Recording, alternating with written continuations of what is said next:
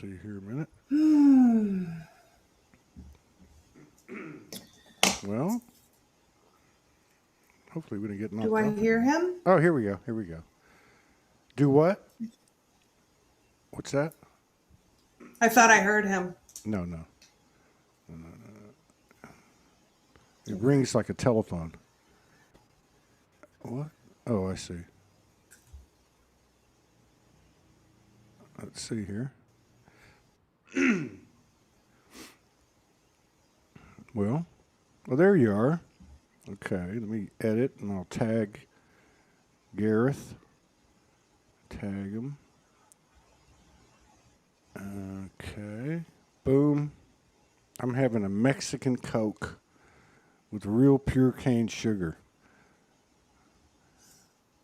Okay, that didn't work. I have those too. I have them in my fridge for when I'm losing my shit. Yeah, I don't go there too much, but about once a week. What I really like, excuse me, I'm a throat chopper. Nice. What I really like is the Fanta orange with the pure cane sugar in the bottles, just like the Coke. Oh, right, in the bottles, yes. Yeah. We have Yeah. those in the international section of our grocery store. Yeah. Yeah. So Fanta's always been my favorite. Okay, it looks like we're online here. Boom, boom. We've got 3 people in the house, and here's Gareth. Just in time. Oh, good. Let's see here. Add to the left. Boom. There you go. Hey, Gareth. Sorry. What's happening? Hey, sorry I'm a bit late. It's okay. It's all right. I'm surprised that There's no such thing as late. Yeah, that's right. The universe is never late and it's always on time, right? Yeah, I'm surprised we didn't have any hiccups because of the time change. This time of year is kind of funky, as is the latter part, because there's like, I think there's in over a 3-week period, there's time changes down under, there's time changes in the northern hemisphere, and there's time changes in Europe. So they're not all on the same day. So it's pretty weird. Yeah. Bunch of nonsense. Yeah. Let me put Katarina's name up. And, oh, wait a minute. Gareth, there we go. Okay. Katarina. I like that. Katarina. Katarina. So we have a lot going on. We've had a couple of great shows today, and I'm looking forward to listening to this one. It's good to see y'all, and I'm looking forward to seeing what you guys have to say today. Welcome, everybody. Aren't we all? I don't see. So we. What's that? I said, aren't we all? I can't wait to find out what the hell I'm going to say. It's a mystery. Let's see if it's caught. Yeah, it's caught. Yeah, so we're on all 4 platforms now. All right. Well, okay. I'll see y'all in 2 hours. Okay, y'all have a great show. All right. Take care. Thank See you, you, Todd. Todd. I'm glad to see you doing well. Yeah, thank you very much. Yes. I appreciate It's that. been a rough period. It was actually a tremendous blessing. Okay. Boom. Yeah? All right. Oh, then he's gone. He leaves on that wonderful note of 15 grand malls are a blessing. You know that all too well, don't you, Gareth? Yeah. Yes. Yeah. What a time. Whew. That was a big one. We're a bit So out of focus. Todd and Todd, there's a big lag. We're going to be talking over each other a whole bunch. The internet was really wonky at my house all day. It should clear up. I just lowered the train, so it should kind of even out a little bit. Unless your signal is really bad, then that would affect it. But it'll come out fine on the replay. Okay. Yeah, Thanks. I've just taken off devices, so I'm not sharing as much internet between devices. Yeah, Todd and I were chatting before you came on, and he asked, "How are you?" and what's my answer, right? Like, oh, it's just Yeah. Zooming with Gareth and crying. And he was lovely, but like, he's like, I can't relate, because, and basically we all gotta pull ourselves out of our own pity party. Like, I know that, I know that so well. He says that's why I'm not a practitioner, because like someone would sock him in the nose. Like, get over yourself, right? I'm surprised you haven't told me to get over myself. Well, that's automatic when you ask for the truth. It's basically what life's doing with all of us, getting over ourselves. But I mean, Yeah. how do you do that in Yeah. a way that works? Yeah. Oh, well, yeah. And right now, with everything kind of tumultuous and chaotic, out there, um, like I've had so many conversations with people who just are just crying all day long. Like, and they're people like along the lines of me, like their lives are okay. They don't have, fear or like problems per se. Like, but this has nothing to do with the physical world. I mean, you know what I mean? It's not on that level, on that material level. And what the hell was I just gonna say about that? Oh, my one friend was saying that it's so painful to be around people right now. Like, everyone's behaving. I can't remember exactly what she said, but it's just really uncomfortable. Like, the hinged are behaving unhinged, right? The absurd is absurding. Right. Yeah. Yeah. Well, I mean, how do I, what's my take on that? Well, I mean, put it this way, I guess when you get put out of yourself as a kid, and then you try to be someone, there's a veneer over a feeling or you get pulled out of yourself by overwhelm. And at the time, because we're children, we don't have a lot of detail. We don't have the words to describe it. So there's not a lot of detail. It's just a feeling. It's just a sense of, it's like a shock that we didn't know there was any other way of being until we were pulled into a doubt, or we don't have the words for it at the time. But the irony is, the more we grow up around the reaction against that, which is essentially what the persona, who we think we are, is a reaction against that moment, to get away from it, or to really, we're trying to resolve it, but we're going about it the wrong way by being someone who's different to our true nature. And so, Well, and being someone who's different to how we've been living all of our lives. Like basically pulling ourselves out of the pity party is because we're growing up. As adults, we are growing up all over again, but with the emotional maturity and the language and the understanding for what happened. So this is growing pains, really. And it sucks. yeah, well, the unhinged, that sort of unhinged, you could say, half of the coin, that the false persona, it's got to come out, because that's the reality we've been suppressing. The more we've been suppressing it, the more energy and the more detail, the more we've given it, the more form we've given it. When really it has no form. There is no false self. But the more we've acted in life since we were children, and it's really so much of the motivation with what we've been doing with our lives has been about managing that moment, getting to be somebody that can connect and that is valid, in inverted commas. It just gives it more form, and that's the problem. So of course, this image of being Yeah. hinged, the one that is worthy of being in the world. And some personality types, are action oriented and they've handled this better, they've become successful, they're more driven, same motivation, whereas others are more artistic. We collapse inwards and we seem to be failures in the world out there. There's a lot of everything in between those two, but it's all the same problem, Judgment. false Oh, personality, yeah. trying to connect.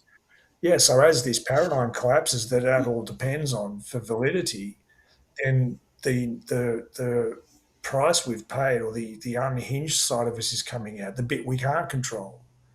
We've given it power by trying to control it. We've given it energy by trying to control it. So we become.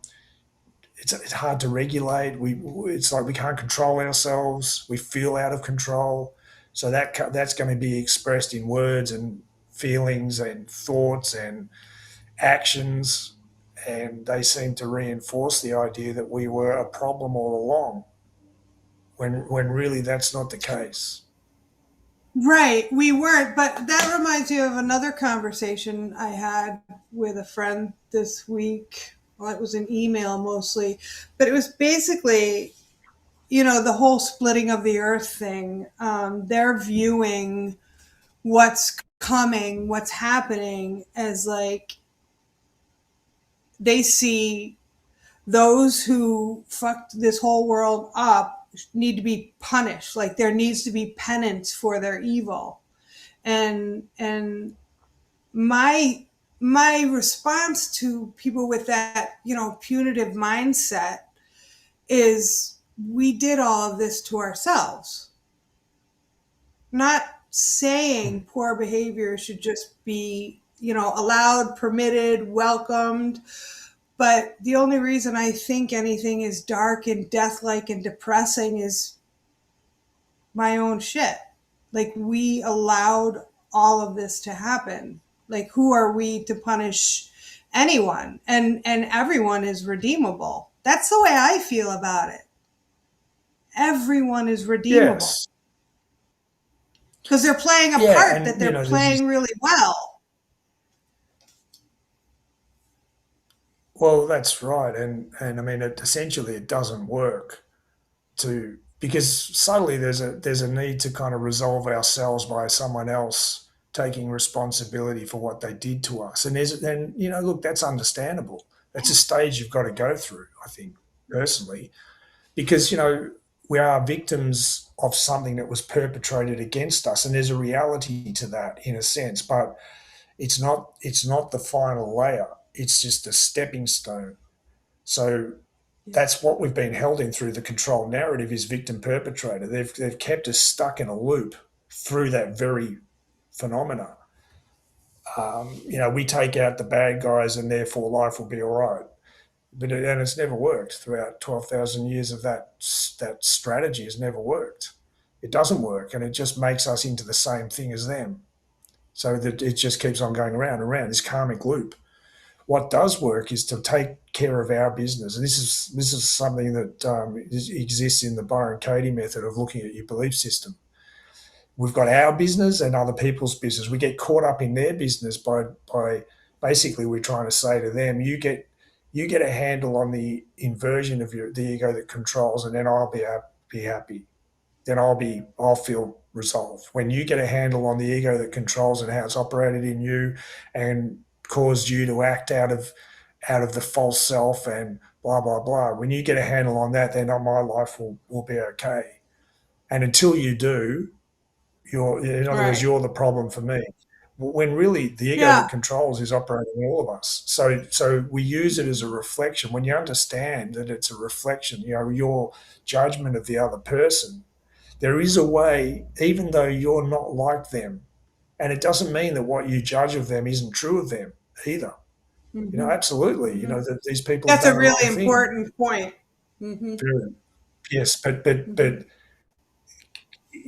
getting free of them having to be somebody else or do something so that you can be free, getting free of that puts the power back in your hands. Like, how is the ego that control? How have we taken it on, and how have we been a conduit for the ego that controls? Like, taking responsibility for ourselves and leaving them to take responsibility for themselves. It changes the way you treat yourself, and it changes the way you treat them. And there's something very powerful in that for them. If we keep on Absolutely. throwing stones at the people who threw stones at us, we justify it. We just give them reason Yeah, to we're just dis, you looping. know, We're just yeah, just looping. Yeah. Whereas if we yeah, don't play that but you game and with I them, have you they you can't play it with you us. no, right. But there is an element, and I've talked to you this in private, and I've talked to you about this on the call, is that there is a level of fatigue we have all kind of, I don't know, light workers, star seeds, awakened, whatever term you want to use to describe those who see the coding in the matrix. There is a level of fatigue we've all hit where we are doing the work, we're still doing the work, and what's happening on the outside as disclosure comes forth, as open contact happens, as more of us are shouldering the truth of the reality, we will have some relief. So there still is, not saying it's contingent, my well-being and happiness is contingent on the external,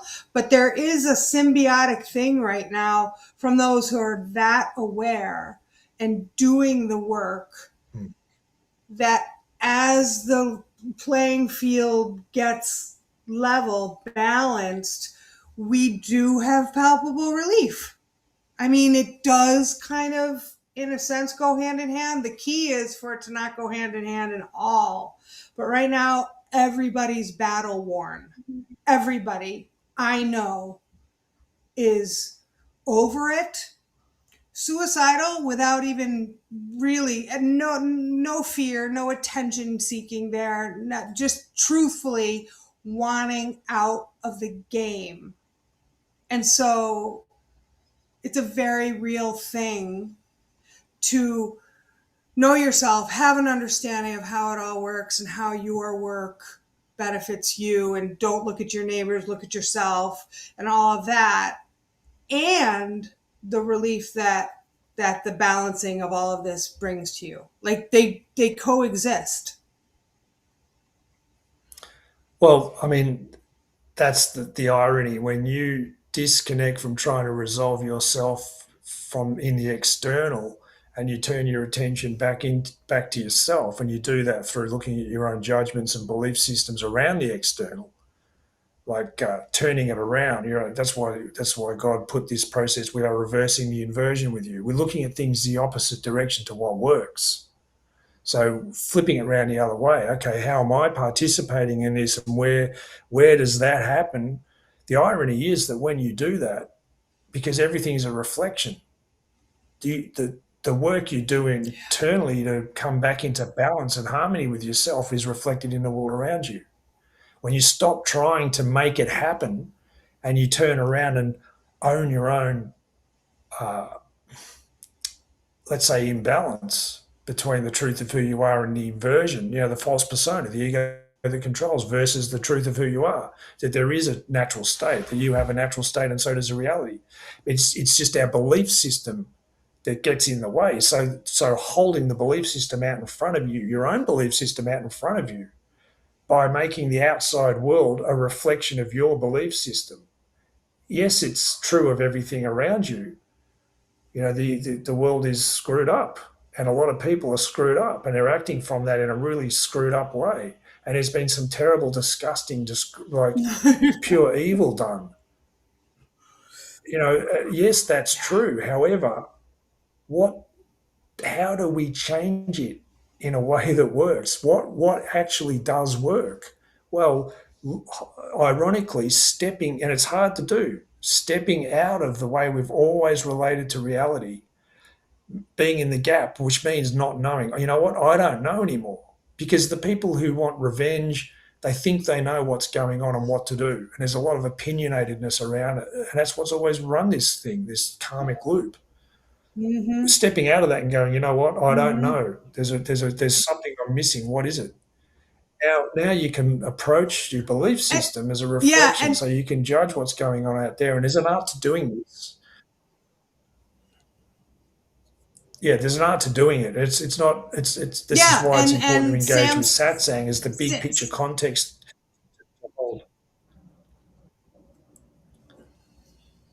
Yeah, Yeah, go. and Sam is saying in the chats too. What's that? You hear me? Okay. Oh, it's all right. I was just moving the computer. So Sam was saying in the chats, she's like, and yet now I don't even really seem to care about disclosure. That's happening. So past it, she says. And she says it's also ironic that I doubt I'm alone in not caring about it and being beyond it now that disclosure is here. That's external and we're past external. She makes like an excellent point though too, is that the as disclosure happens, less and less of us give a shit about the disclosure. It's on the external, but there's a level of, and this is something Carter was talking about, and I had talked to Pete about the this I don't care about anything. And you and I have talked privately about it endlessly. The I don't care factor. Like, I don't care. It's because we care so deeply that we are in pain. So there's an I don't care factor. But it's simultaneous. It's both things. We care and we don't care because of higher perspective. I don't know. I don't know how to say that any better. Maybe you can. Well, that's again the irony. You get brought to, that's why Ramana said in the importance of satsang to give a big picture context. In other words, another paradigm to see reality through. That's the role of satsang. He said, find the way it cares. We really care about. It gets dissolved somehow. Like the more you throw energy at this whole thing from the old paradigm, the less energy you've got until you reach this point where you can't do it anymore. And you're not looking for an outcome. You kind of, it just all dissolves away. Now that's the best place to be when you're in a paradigm shift, because essentially you've run out of road in this paradigm. This whole way of seeing everything, the whole way of resolving everything. The inversion of our perspective is the problem. So when you run out of road, even though it feels really tough, that's the best place to be in a paradigm shift. It's just very difficult to see the situation you're in from any other point of view because that's all we've ever known. And what's the reference? What is another way of looking at it? Now, that's again where satsang and questioning your belief system come in, why they're so important. True north, the path of self inquiry. Instead of trying to understand the problem out there so that we can fix it and then we'll be happy. Maybe the problem's the other way around. Maybe it's my point of view, not what I'm viewing, but the viewpoint that I'm viewing it from. Maybe I need to look at that. That's actually where the real solution is. The self that is trying to get an outcome doesn't exist. So, in a sense, all the problems that we've got in our life don't exist because the self that has the problem isn't real. Now, that's a tough one to get around, but how do you extricate Right. your It's so your tricky. attention, your point of view from that false persona by questioning everything you think about everything, including yourself Yeah. and everybody around you, all the judgments.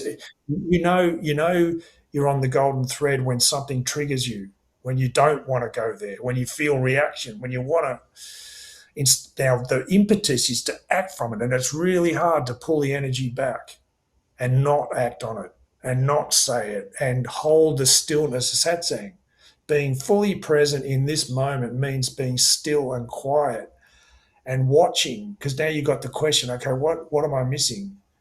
And the methodology behind the way Byron Katie's method works. And again, it's not about Byron Katie. The questioning of the belief system is very ancient. There's nothing new about it. It had to come in a modernized form to meet the transition right now. That's all.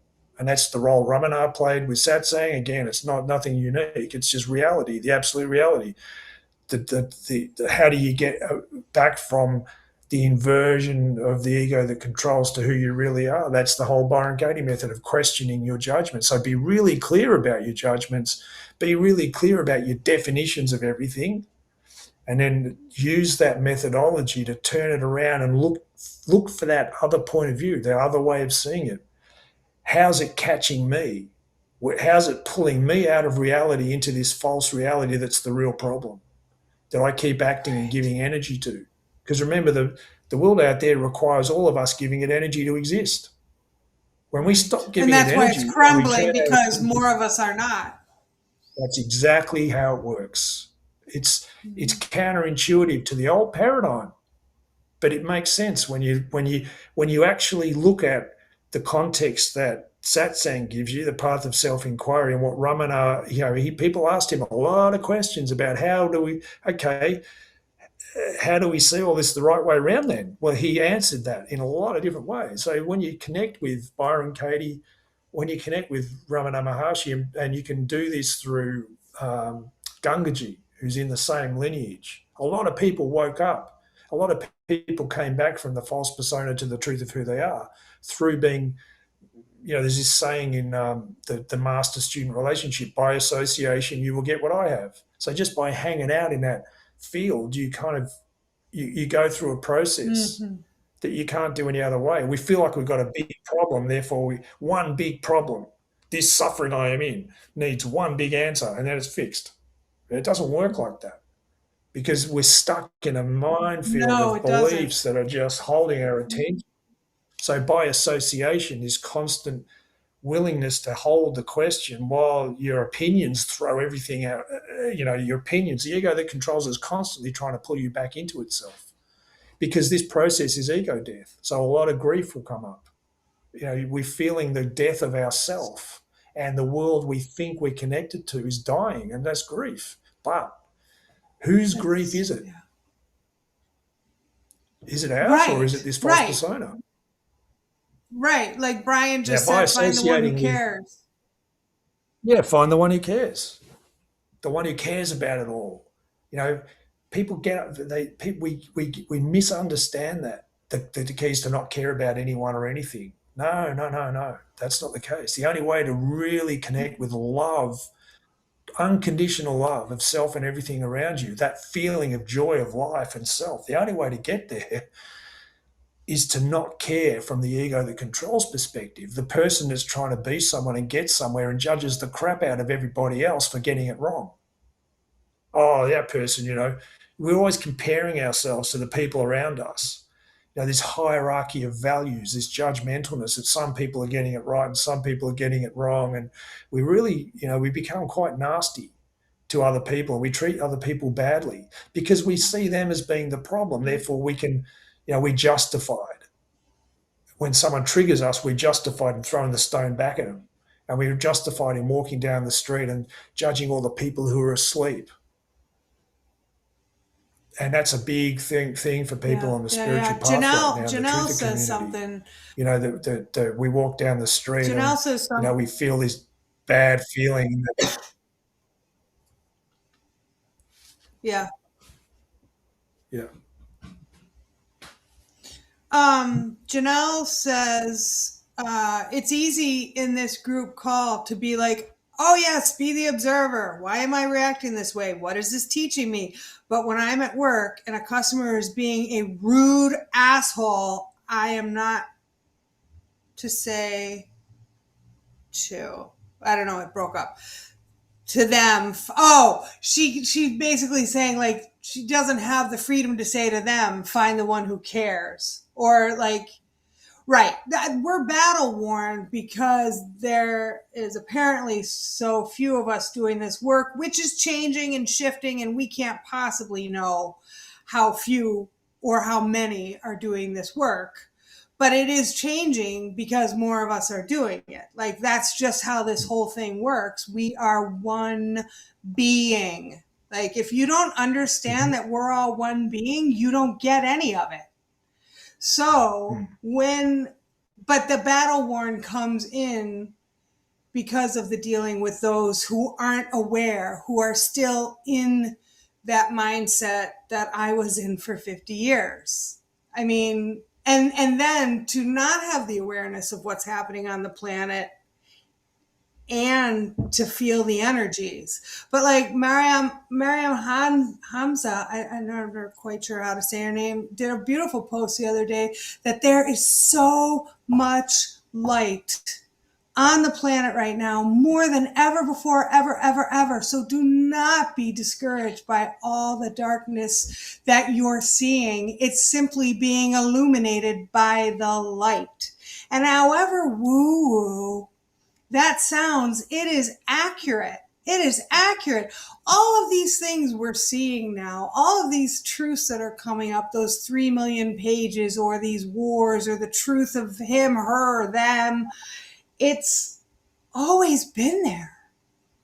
It just can't hide anymore. This is a thing to celebrate. This is a thing to be relieved of.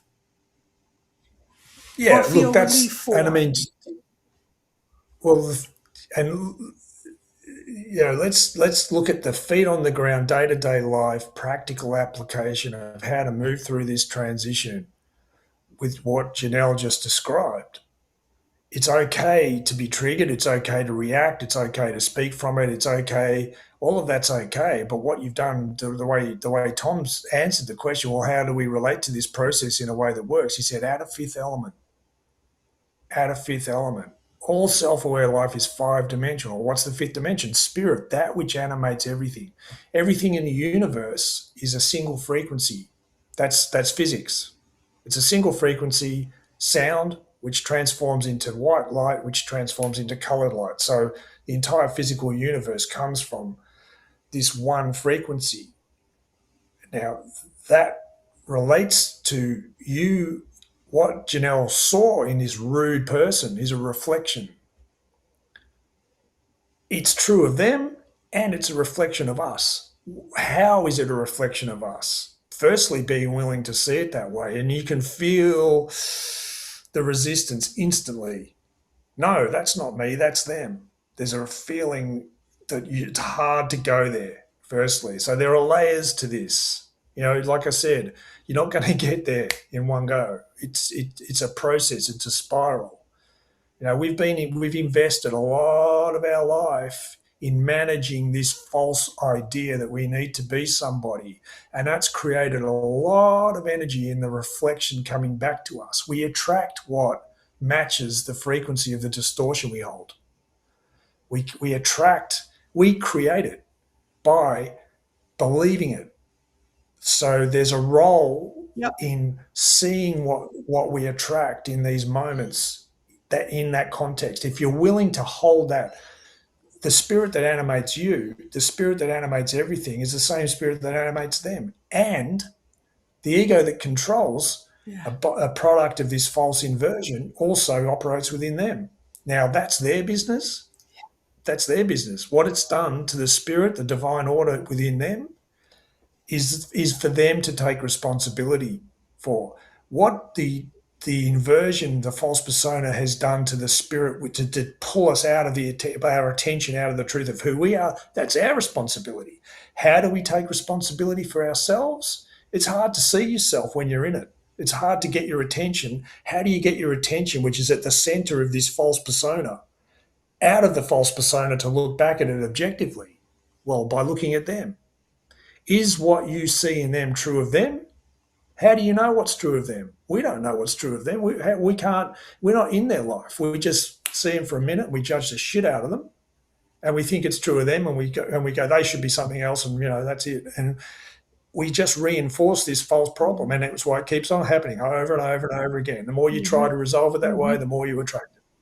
So by seeing your own, the way to get your attention out of your own false persona is to judge the shit out of them and then turn it around and own it. Because it's a reflection of us. We can't see anything in anyone else that isn't true of us first. It's not possible. So to be objective, that's the Nazarene, the truth of who you are. The hawk, what's the hawk a symbol of? Yep. God is the eagle eye. The hawk is even the beautiful things. Even the beautiful now, things. You can't Gareth, see the beauty in everything that's a really important until you're willing thing. to see. It's not. But that's what I'm saying. Well, what I was going to say, you can't see the beauty in life admire or love without seeing the ugly.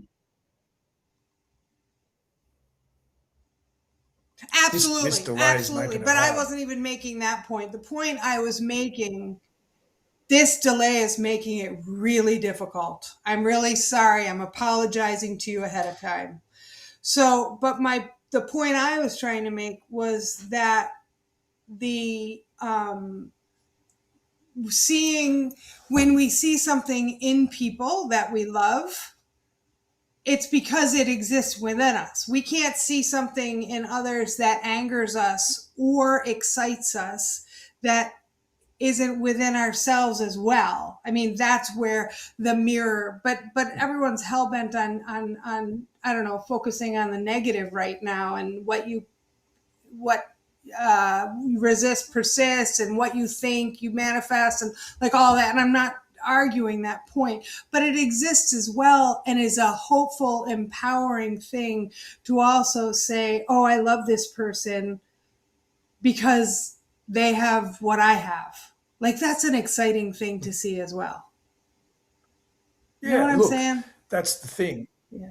We can't, we don't see, a lot of the time we're not seeing the truth of who they are through the false persona, because we don't see the truth of who we are. You know, we can't love them because we don't love ourselves as we are. We don't love them as they are.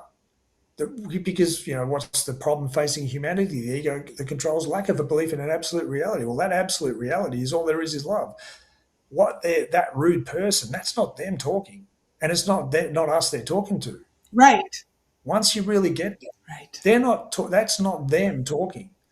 So, getting caught up in the false them is coming from the false us. We're trying to resolve the false Right. us, because that's essentially what we're trying to do by resolving the false them. And all we're doing is giving it more and more energy.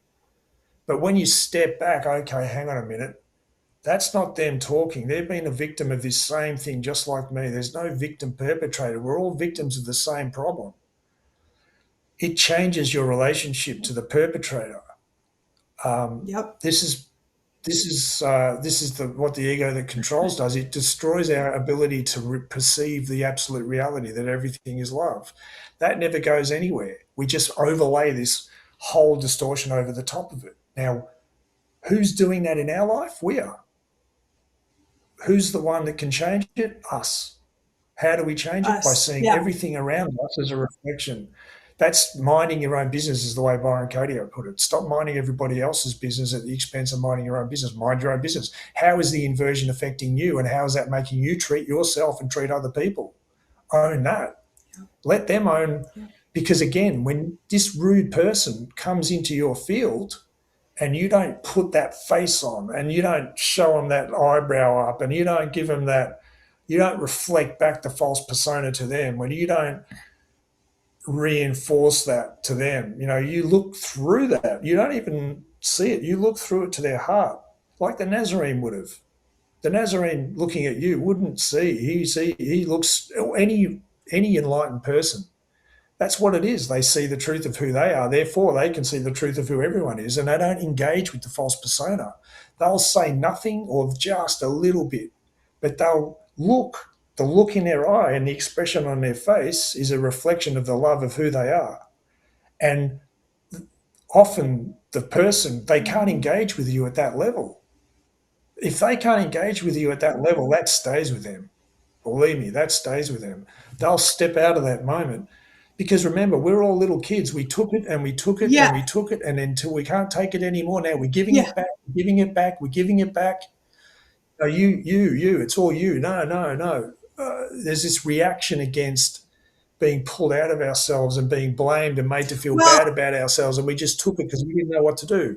Well, that's them. They're just trying to that's make you pay for the pain that the that's world yeah, made them a inflicted victim of, on and you're them. doing the same thing to them.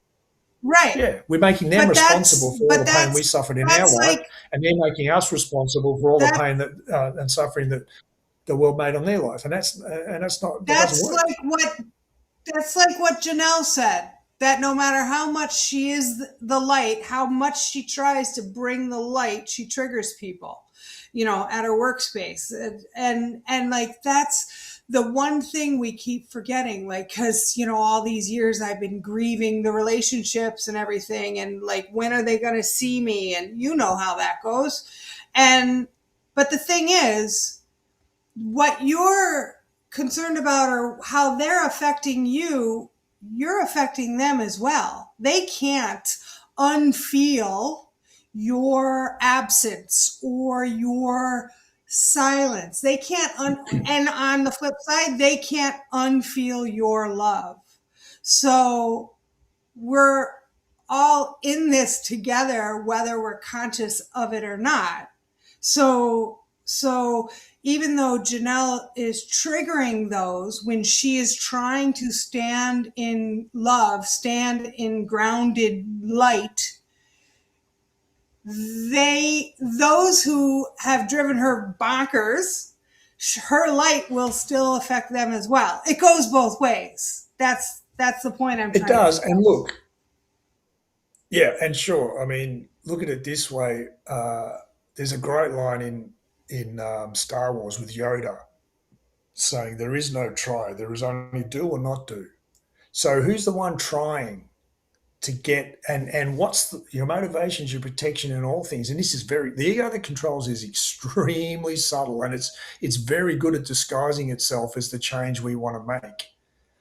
And that's what the mind control is, why it's so subtle. So if there's something about that catches you, that triggers you, then there's something to look at. So if there's an agenda to get a result, you want to get something from them by doing that. You're coming from the same place. So again, there's a reflection. It's when you don't care at all. Find the one who cares. You don't care about their response. They can respond any way they like. Your connection to the truth of who you are and where you are cannot be shaken by anything. And if it is, you're not there yet.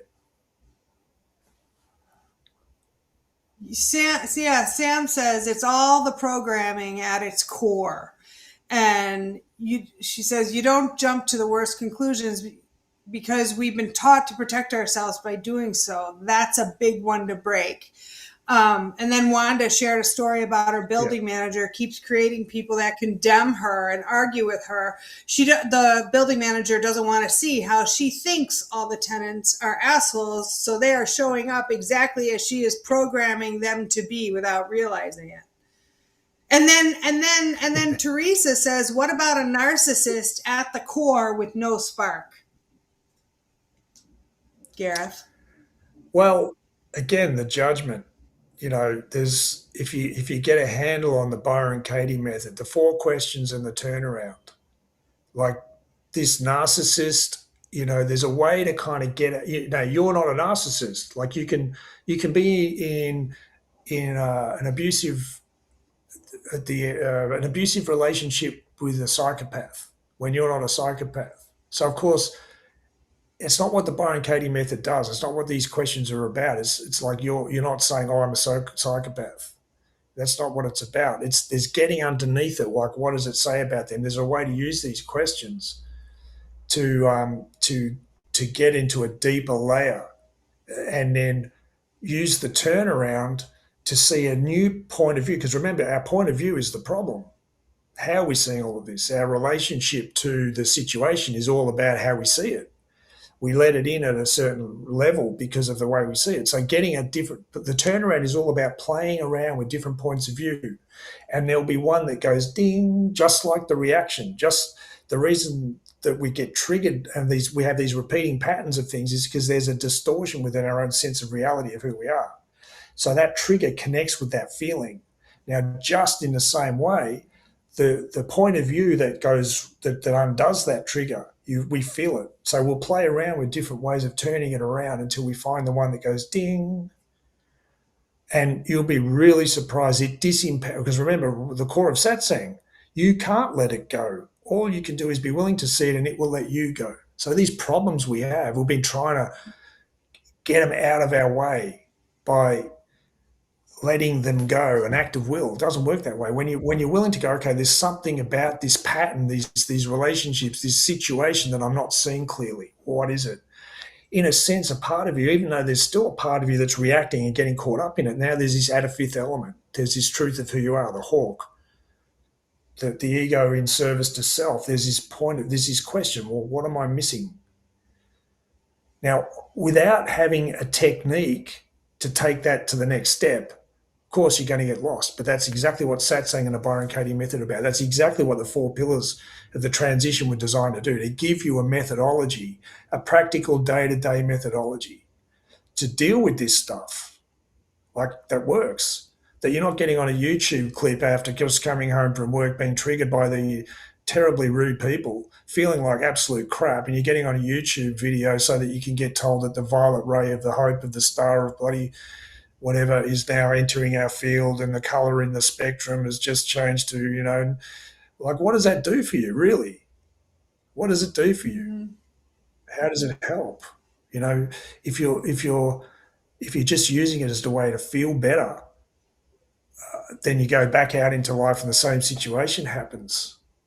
That's what everyone's tired of. This fatigue and this hitting the wall thing, that's what everybody's tired of. There is no antidote to the problem because there is no problem.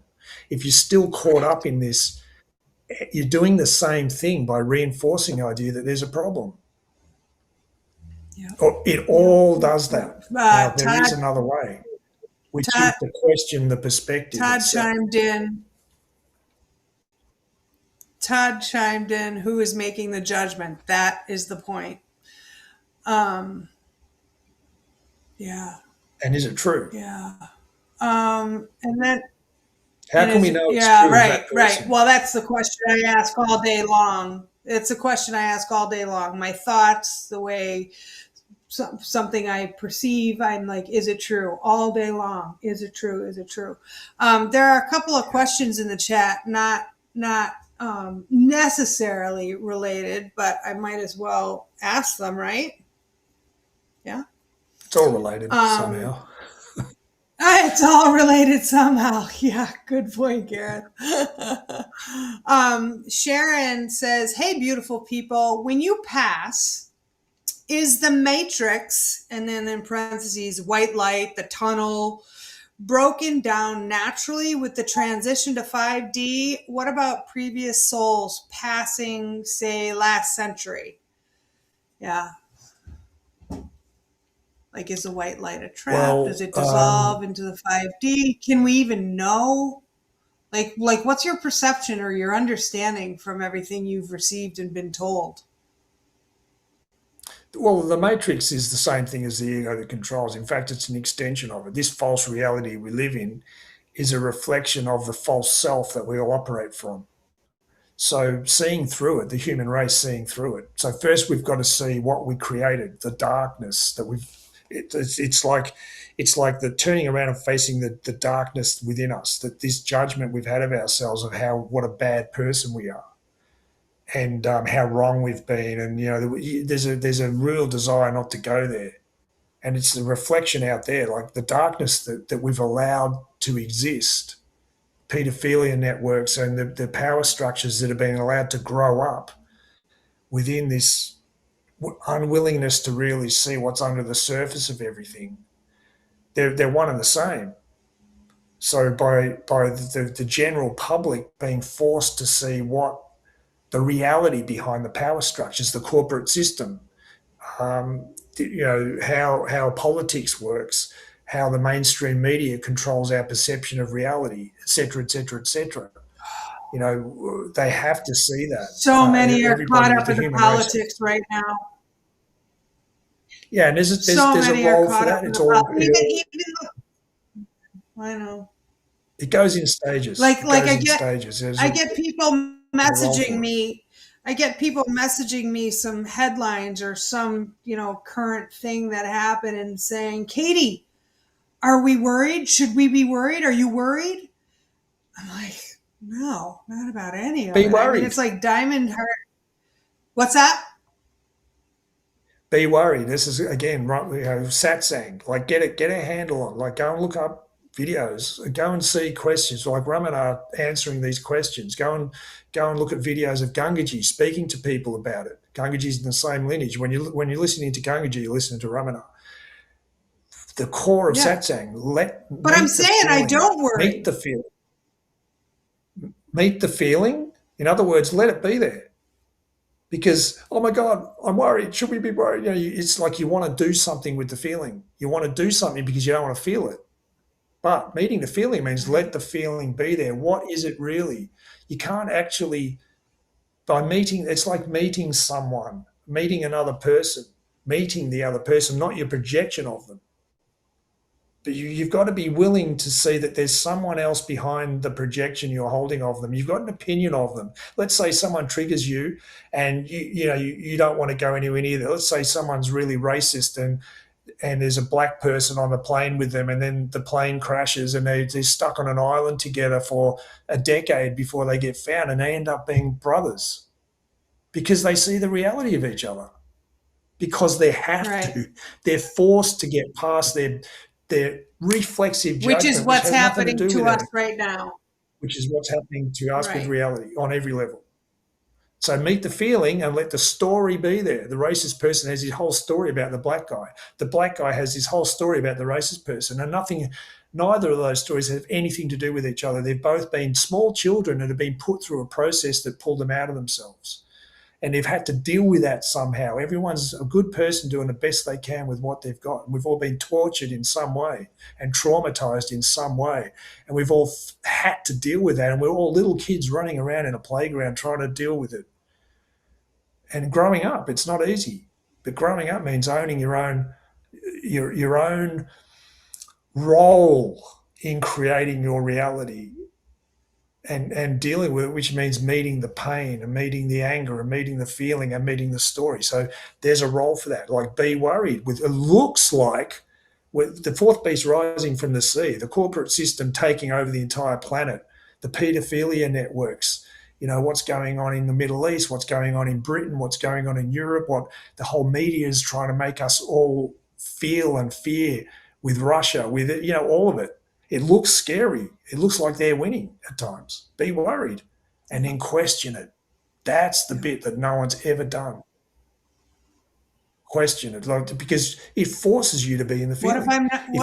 If you just run with an opinion, if you just feel worried, then you've got a whole opinion around it. You've got a whole belief system around it. Your attention gets caught up in the belief system, and you run off with it. Well, what's the motivation behind that? Is to manage the feeling. What happens when you do that? You make your version of what that feeling means real. Is it real, though? Is it what we think it is? Is what's happening out there what we think it is? The only way we're going to know that is to question it. As soon as you question that belief system, you can't run off in it anymore, which means you've got to stay in the feeling. Everyone has to stay in the feeling. That's the inversion. That's the transition. We have no choice anymore. Every human being is now in a situation where we're forced to feel the feeling of death, which runs the entire thing. What's fear based on? Death. There is no death. Why does God call this the transition? It's another word for the ego death. Yes. What's dying really is our false perception of reality. That's what's dying. It feels like us. Melissa said something really nice, and I think it's coming from the Facebook Live because it's not showing up on the YouTube Live. She says, death is a transition of consciousness into another dimension. Our consciousness level determines, in my understanding, our transition, whether it's of ease or discomfort. Our consciousness in this lifetime determines this transition. That's really well said. Yeah. It is, and that's why the Arcturians described it as the great coming together and the great falling apart. It just depends on whether you're willing to stop and just hold on a minute. Let's just stop a minute. What's really going on?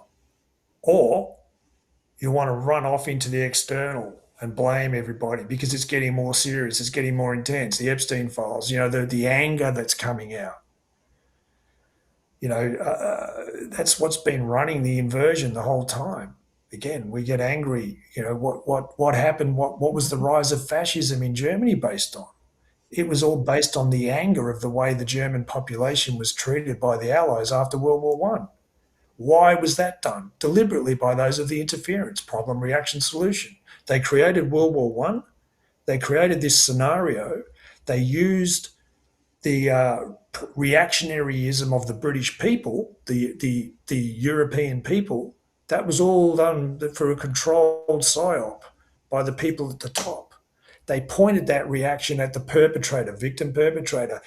The Yeah. British and the Allies felt justified in treating the German people very, very badly after World War One. They blamed them for it, and there's a lot of justification for that, yes. But love and light, brother, sister, you're not the enemy. Those at the interference at the top of all of this are the same problem that the Germans had, the same problem that the British had. When we see that in each other, we're looking in the right direction, and that's what the transition is doing.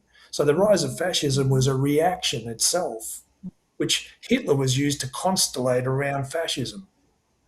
So we're the ones creating it by letting ourselves react without thinking. Problem. They create the problem to bring in the solution, free will. We have to choose it, and we do it by reacting without thinking. That can't happen anymore. Yeah. Yeah. So your relationship Which to is that which is scenario is either, you're which is either willing why I take to let it all issue. come That's together why I take or issue. not.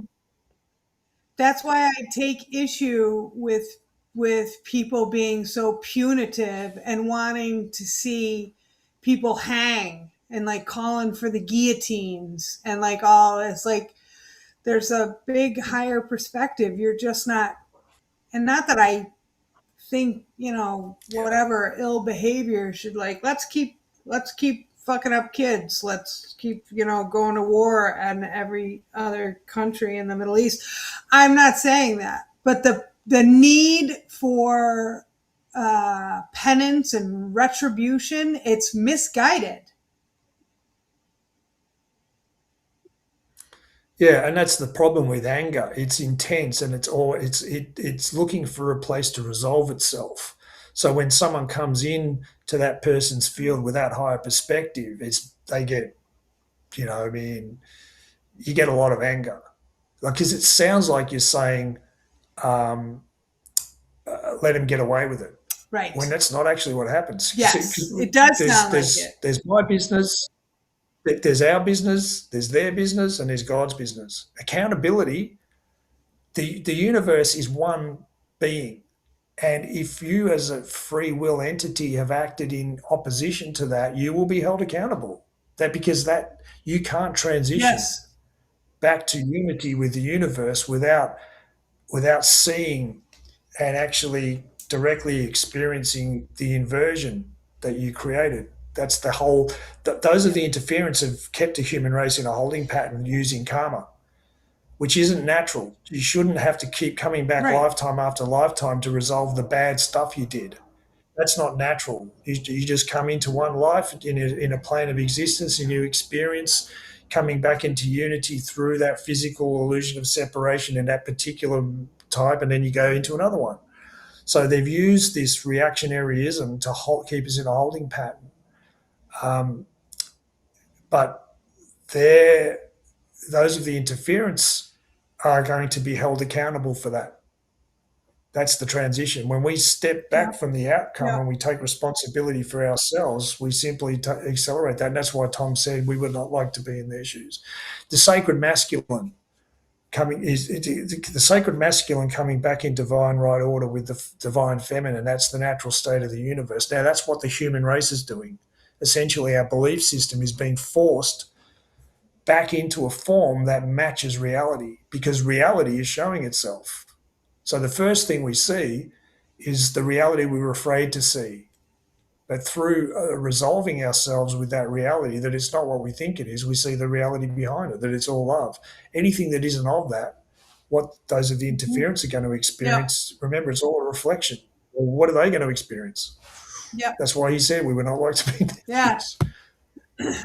Teresa says That's a something lot of really karma. good here too. She says, best and highest good for all involved is not up to me what that is. So everything that Well, because people we don't know are what it is. in uproar over, we don't know. It's not our place to know what it is. But every single thing is for our best and highest, even if it doesn't feel like it. Like these years of sadness or whatever it is I'm experiencing. It is for my best and highest. I know this doesn't make it Now, if you're easier. willing, I don't understand yeah, God's plan. Not my job to understand. Not my pay grade to understand God's plan. that's the thing, you know. That's what Ramana meant. You can't let it go. All you can do is be willing to see it, and it will let you go. Now, if you're willing to see everything you've experienced as part of a higher plan, and it isn't what you think it is, even though you think it is, even though the suffering is real, even though you're justified. It's not about negating that. It's not about negating that, and it's not about rolling over to people who have treated you badly. It's about seeing through the experience back to the truth, the reality, the absolute reality behind it all. And if you're willing to hold all of everything you're experiencing in that while you're caught up in it, I mean, there's a role to being caught up in Sure. it. But again, it's asking that question: what am I missing? What's the truth? And connecting with Ramana Maharshi, Satsang, what's the paradigm we're in? The we are reversing the inversion with you. The paradigm, the big picture context that the human race holds reality in is fundamentally flawed. So of course, anything we do to resolve life in that paradigm is never going to work. And that's what it was designed to do. It's a false paradigm. That's what we call the matrix. And we keep reinforcing it by believing it. It's all we've ever known, this personality that we feel that we are. And this reflection of everything, there's the reality out there, human nature, and what can you do? That's life. What can you do? That's human nature. That's the false paradigm. Well, what's the alternative? We've got we've never had a reference point. Well, that's why Satsang was brought in, to give you a context that is opposite. So it's very important just to connect with it at whatever level you're at now. And it's also very important to you to allow room for the belief system that you have of everything to be where the power is. How do you get your power back? You know, we've been disempowered by it. How do you get your power back? Well, looking at your own, holding yourself Yeah. accountable for the life that you've created for yourself. As hard as that feels because you want to blame Right. other people, and it's true on a level, but in the end, we believed On a it. level. We On a believed level we for had to sure. play ball Yes. to the deepest Yeah. level. Now that's how Yeah. you get Well, your that's power why back. you Now, talk about it. You talk about it. You talk about it all the time about losing ourselves when we were young. So yes, we did believe it, but we were too young to know any better. So that's where the victim perpetrator comes in. And Sam says, it's enough to figure out our own fucking selves. Why on earth would we want that responsibility? well, um, again, and judge then, judge your parents, judge your dad, judge your father, for instance. Go to town on your dad, and you know there's a certainty to what you're seeing. Like, judge him, and then use that question: is that true? Yeah, it's true. Can you absolutely know that it's true? Like, our judgment of them. This is how they acted, and this is why. This is the sort of person they are. Can we really know that's true? right, Think of everybody you to can all of it. judge. Almost always Can it's we a no. absolutely know? Almost always. Can we? Now, what does that do? It leaves you with nowhere to go. The anger's got nowhere to go, and It that's tough. it That's tough. diffuses it all. It is Over tough. It time, is tough because you're, over time. yeah, yeah, yeah. Jabaru says it's all in divine order. I mean, I say that to myself all day long with whatever I'm thinking or feeling or doing. It's all in divine order. Woo, give it all to God. And it's intense, and that's why everyone's burnt out. It's you feel burnt out by it, yeah. But the self that's burnt out is the one that's been trying to resolve everything in a false paradigm that's designed not to work. And that's the importance of knowing the ego that controls, the one who's been trying to do that, the false persona, disconnected from the absolute reality that it's all love. Why do you need to do anything or Yeah. be anyone? Now, we believed we had to, but it wasn't true. The projection that other people when we were too young, that the false persona of the people around us was projected on us, and we took it on like it was true of us. But remember, Yep. like the example of Janelle with the rude person, it wasn't the rude person talking to her, and it wasn't her she was talking to. It was the false persona. Same thing. That was never ours. It was never anything to do with us. That was our parents and teachers and the people in our life around us, projection of the false persona on us. They were reacting to something in us that was not true of us, and that's always the case. That's still true, even though we were too young to understand that. But we're adults now. So by holding these experiences in that way, letting the feeling be there, judging the crap out of someone, and then recognizing, hang on, how do I know that's true? How can I really know what's going on in someone else's life? I don't even know what's going on in my life. That holds you in the feeling and it burns up. Now, what that does is we grow up. What do I mean by that? Well, the parts of ourselves that are stuck in the past, the 3-year-old, the 5-year-old, the 7-year-old, all these different experiences that we grew up through. Well, the reason we're stuck in time is because those experiences are false. They don't agree with reality, and they will stay there until we resolve them, because unity is the natural state. And if anything, if we're polarized at any point in our life, that consciousness of that moment stays stuck in that. So we get less and less available to this present moment. It's one of the core principles of Satsang. One of the, he said, the solution: be fully present in the living moment. Stop living in the past and the future. That's how it happens. We get locked up in the past through these experiences that that traumatize us, that we can't resolve. But now we have the capacity to do that. So literally, we use the experiences. That's what God's doing, bringing key experiences that represent these moments in the past, so that we can hold the feeling and let the judgment be there and question it. When we do that, it burns up the feeling in the pattern. And over time, we get less and less of us are caught up in the past. More and more of us is here in the moment. More and more of us is available to see what's really going on with that rude person. We get less caught up in the reactionaryism. We don't buy into the story as much. We're able to, it's almost like it doesn't matter. And then we start to see something else come through, light. We start having compassion for them because we understand the effect this inversion's had on us. We start seeing more and more of how we got caught up, how we acted from it. So we can forgive them for it, Right. because we understand what it's like, and we don't see it the same way anymore. The only way to do that is to burn up the feeling. You get held in the feeling by life until it burns up all of the residue from the past. And then slowly you go back in time to that moment where you come back to yourself. You know what? That was never true of me.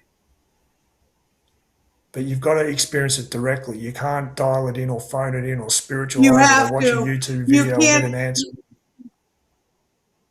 Exactly. You can't do it away. It has to happen to you. And it takes as long as it takes, because there is a level of It that looks, with people. It what?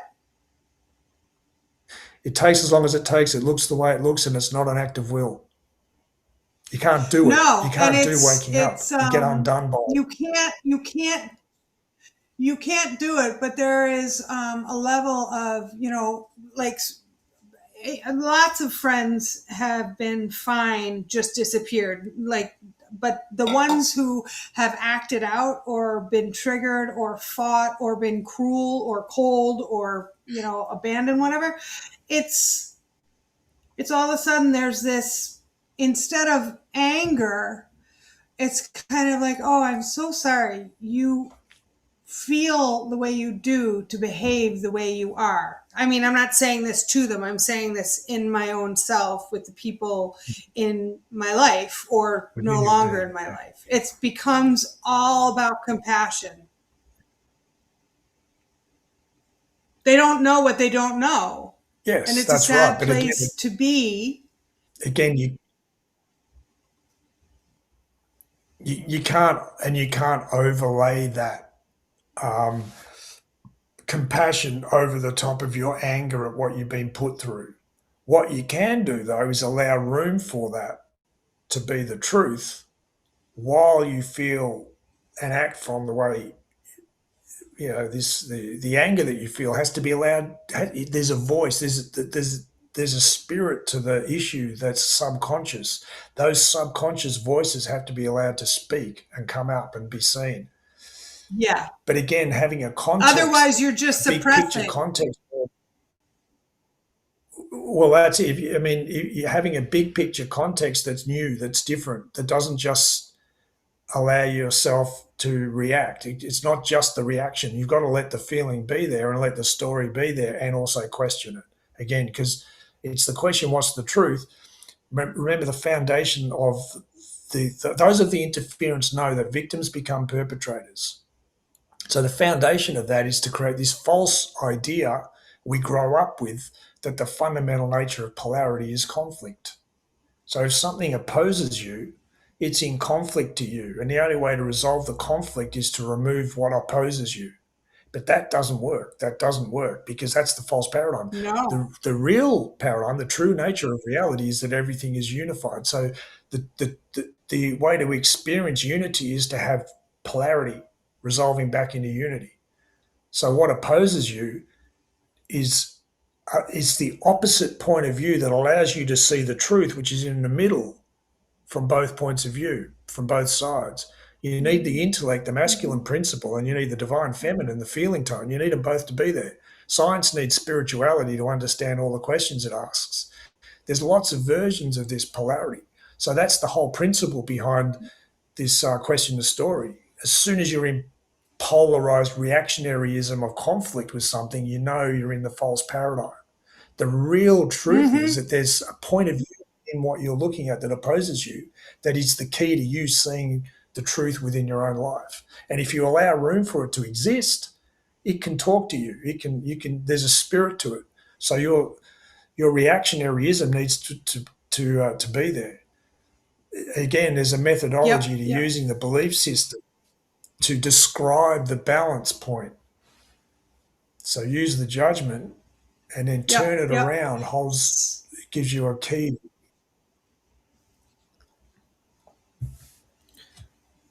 So Sharon is asking further about what happens with those who have passed before this Great Awakening. Are they naturally to progress to the Golden Age in spirit? I hope so, she says, and that they're not caught up in the repeat process. But that's the whole thing. You've said God referred to the whole reincarnation process. I know this is a segue from where we are, but I didn't want to get lost in the chats. God told you, or maybe it was in The Only Planet of Choice, that whole reincarnation process was a bottlenecking of souls that's coming to an end. We won't, that was a construct by those of the interference to keep us in that density, in the looping of, shame and guilt and fixing all the things we do wrong. So basically, and Sam responded with, she received that they're doing the work and waiting on that side as well. They're just doing it outside of the illusion. That feels right to me. All those that have passed, because death isn't Yeah, real. I was told too that after the critical mass, the human race chose to wake up to the truth of who we are. So with the truth of who we are is fifth dimensional. So everybody that died after that transitioned to the 5D. So they went through the life review where they got to resolve everything back into the truth, back into reality. So that inversion within them was healed through that life review. And that the transition that the human race is going through is the same thing. The Arcturians described it at a certain point after this disclosure process happens, the human race through COVID gets to say, well, if they lied about that, what else have they lied about? That unravels all the so-called conspiracy theories that surround the centralization of power, all the different strategies. At a certain point after that, there's healing technology involved. There's basically emotional, mental healing involved in that. We get more and more people come back to the truth of who we are. That the human race as a whole, it triggers what they call the life review because we're more online. There's more, like I said, there's less of us caught up in the past in trauma, trying to get away from it. There's more of us fully present in the moment. we have this capacity for like memory and recall, where we see the golden thread through everything we've experienced. So every human being sees the line of continuity from the moment they were born through all of these experiences that were like traumatic, so-called, or bad, were all a part of them getting to the point where they were completely free. And so they all played a role in them getting free. So Mm-hmm. then how can you hang on to Mm-hmm. the idea that those experiences were wrong? You can't. So the way they expressed it is everybody goes through the life review, looks back and sees the pure perfection of every Right. You moment they've can't. lived through, and gratitude will dissolve pain. Then what comes next is this explosion of creative color and light, the Renaissance. Well, that's the fifth dimension. So everybody that transitions goes through that same process. So if you've died, Mm-hmm. Mm-hmm. then you've gone through But that yeah, process just yeah, like all yeah, of us. yeah. It's funny watching TV now and seeing how Hollywood portrays ghosts or angels or deceased ones. They are still in these shows, and very much by design, they're still holding on to their human nature. They still have jealousy and anger and grief and like all these things. And I'm just like, I'm watching these shows and I'm like, no, no, no, no, no, that's not accurate, but it's intentional. It's like this subtle way of perpetuating the idea that we have a human nature. It's it's so cunning in the programming of the TV. And it's why when like I understand the eternal nature of us, the forever infinite nature of us, but people don't. So many don't, and they view eternity as boring and dull and awful because they're viewing it from the lens of the human story they're living. So it's like the programming is so subtle and in every single aspect of life. It just it's And it just has to be seen. astonishing. The like and it has to be seen exactly. And then going backwards just a little bit because Ember Sparks said something in the chat. I don't remember ever being angry as a child, just a lot of sadness, and that piled up and was not dealt with. So it created a really angry, out of control teenager. And I think we can all kind of relate to that. Like, I Yeah. don't remember really being angry as a child either. It was just a lot of sadness that was never addressed or supported or loved. Yeah, yeah. That's what happens when you grow up. You internalize it first and then you externalize it. So we internalize the inversion process. So we get inverted over time.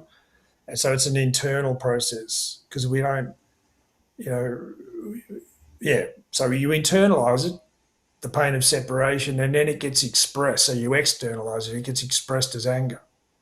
So anger is Yeah. the pain of separation expressed. So we try, in a sense, then that phase we're trying to resolve the pain of separation by getting everybody around us to see us and hear us and change their attitude towards us. You know, you can describe it that way. It may not Yeah. feel that way at the time. But again, that's where the triggers come in. If we allow ourselves to use those triggers to reverse engineer our belief system instead of reinforcing it but trying to get everybody to change, then it undoes it removes all the hooks. Because remember, it was never true of us. So we can't resolve it at that level of No. thinking. It just doesn't work because it just makes it true of us. And that's the thing. When you understand that it was never true of us, that the truth of who we are, the way Ramana put it, the truth of who you are is untouched by any of it. So if you want to really be free of the sadness and the pain and the grief and the trauma, it is possible, absolutely. It doesn't matter. The kids that have been put through these horrendous things, that's true of them just as much as anybody else.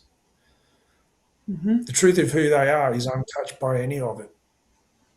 Yep. So Yep. there's a way to handle it all that works, because in reality the divine order is the divine order, and the false reality is the false reality. When you connect with the truth of who you are, you're willing to allow room for the truth of who you are is untouched by any of it. And if I am touched in any given moment by what's happened, I can use that. That's a signal to me that there's a hook somewhere. So now you've turned your attention. The reason True North is Satsang, the path of self inquiry, is instead of looking at the other, you're looking at yourself. And that's what brings you back to that Right. truth of who Right. you are. The polarity between victim perpetrator, they're in conflict with each other. What happens when you unify, when you stop the conflict between victim perpetrator within you and every around? What happens when you bring that back into unity? You put it back into balance. You drop back out of victim perpetrator back into the truth of who you are, which was never true. You were never the victim and you're never the perpetrator. In other words, it was all a story made up by those of the interference and thrown at us through the media. As soon as you get pulled out of yourself, you're vulnerable to internalizing it. So yeah, you internalize it through the mainstream media, you internalize it through the projections of the false persona of your parents onto you, of the world around you onto you. You internalize it, but it was never true of you. Yep. So, Yep. like I keep saying, getting back to that real, making real in your direct experience that reality that was never true of you. It all just drops away. So find the one who cares in any given No, no, moment. I, I really care that you shouldn't treat me that way. yeah, yeah. There's some really good comments in the chat. I think it goes back to when I was discussing the portrayal of ghosts in television shows and how they, retain all their humanness and all their flaws and their human nature and everything. And the fear of the eternal, because we're viewing it through the perspective of the human we're playing. And Mike's like, that kind of reinforces the fear of death. And then Sam has this wonderful comment, which is totally Mike. Who wouldn't fear death if you believed you'd be stuck in an antique shop haunting Jennifer Love Hewitt because she took your dresser and sold it to somebody? And I'm pretty sure she's referencing the Ghost Whisperer, which I have watched many times. It's very funny. It's a very funny comment. I just had to say that. It was just really, really, really good. And then she's so funny. And I think we're having comments come in from Facebook and YouTube. So not everybody in each of the chats can see everyone else's comments. So that's why I'm reading them. Yeah. Ever Altair says, it was a feeling of helplessness for me as a child, which is a very sad place. Absolutely, absolutely. That helplessness, right? And then Mike says, yeah, I had that sadness in childhood. And then a couple of questions. Sharon asks, could Gareth please speak about tarot readers? Tarot readers. I'm one. As there is some perception that we are not doing God's work, I truly feel we are. Gareth mentioned last week, it's linked to maths. And I'm with Sharon. I think tarot reading has nothing, like the whole idea around witchcraft and, speaking, through the dark energies or entities or demons or whatever. I think tarot is beautiful. I think tarot is gorgeous tapping into your intuition. It's like a physical form bringing your clairs online. I think tarot's just genius. I love tarot. I don't understand it. I've watched my friend Kate do it. You know how much I love Tarot by Janine.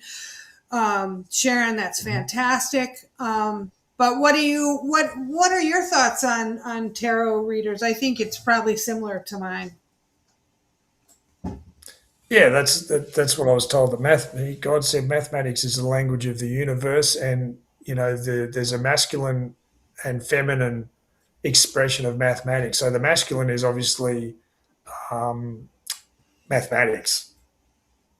But I mean, what is mathematics? It's a way of reading the map of the universe in a left brain way, but the right brain way, the intuitive way, is the same thing. So the divination arts, all of the divination arts, are connected to the fifth dimension, which is spirit, that which animates everything. So it's a way to read the map of life, the energy that's in motion, emotional energy. So the intellectual mathematics looks at the structure of the universe. So uh, quantum mathematics, there's all sorts of ways to read the physical structure of the universe, but the energy in motion and our connection to that, which is emotional, that's what the feminine principle, that which animates everything we experience through the emotions, spirituality. So a way to read your trajectory through your life, because remember, you're born into a light space vehicle with an intention. Your soul had an intention to experience life on this planet in a particular way. So that's the life purpose. At the moment, because of the inversion process the human race has gone through, everyone's soul purpose is about reversing the inversion. So we have a level of life purpose which is not necessarily natural to how life would be. God made the point, once the inversion has been reversed, then life may return to that which we always intended. Like I saw when I was 2, you're just born into a physical light space vehicle to have a series of experiences that this plane of existence was set up to provide. Each planet has a different version. So you can have different types of experiences of the illusion of separation resolving into of oneness. Each moment you come back into the truth of who you are. Each planet has a different version of that. So the way to read how you're doing, the balance point, like each moment, and a way for you to access the awareness is through tarot, through all the divination arts that represent that. That's why those of the The interference went to town dowsing, on trying to the make it to dowsing, yeah, vilify all of this it. whole thing about. I mean, one thing God said to me, in the middle of the conversation, Yeah, he everyone in the stopped and chat, said, he, everyone in the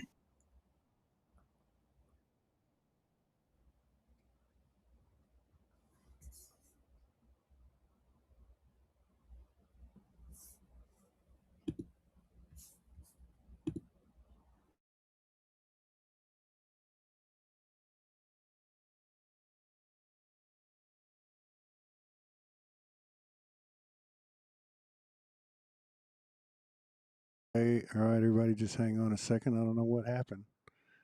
Let me just. Okay, here we go. Well, that was strange. What was that all about? well, the connection's been really poor the whole time. Well, that's not on my end. I've got. I'm not sure, but both of she went out for. Here she is. Okay. I say that's not Yeah, on my she end just dropped because. out. Hang on. Here we go. Hang on. It must be our internet. The visuals, Let's see. Good now. yeah, it's really grainy visually. See, I'm not. Mine's crystal clear over here. I'm yeah, not sure if it's one or both, or maybe it's just yeah, the. mine's all pixelated. Well, maybe it's just the energy here. Ha! Mike just said it's too much truth. That's right. And I've experienced that a lot over the years. Yeah, seriously. Yeah, it's the frequency. Yeah, people used to Yeah. say, "Oh, you're being interfered with," and then I figured out, no, it's actually the frequency in a positive sense. So, yeah. Okay, back to you. Yep. Thanks, All right. Todd. Anyway, where were we? Nobody knows. I think I was laughing. Oh, here we go. Well, what we were talking about. Well, Nigel came on. Good day, beautiful people. Looks like U.S. daylight savings got me, but I'll head back to the start. So, hi, Nigel.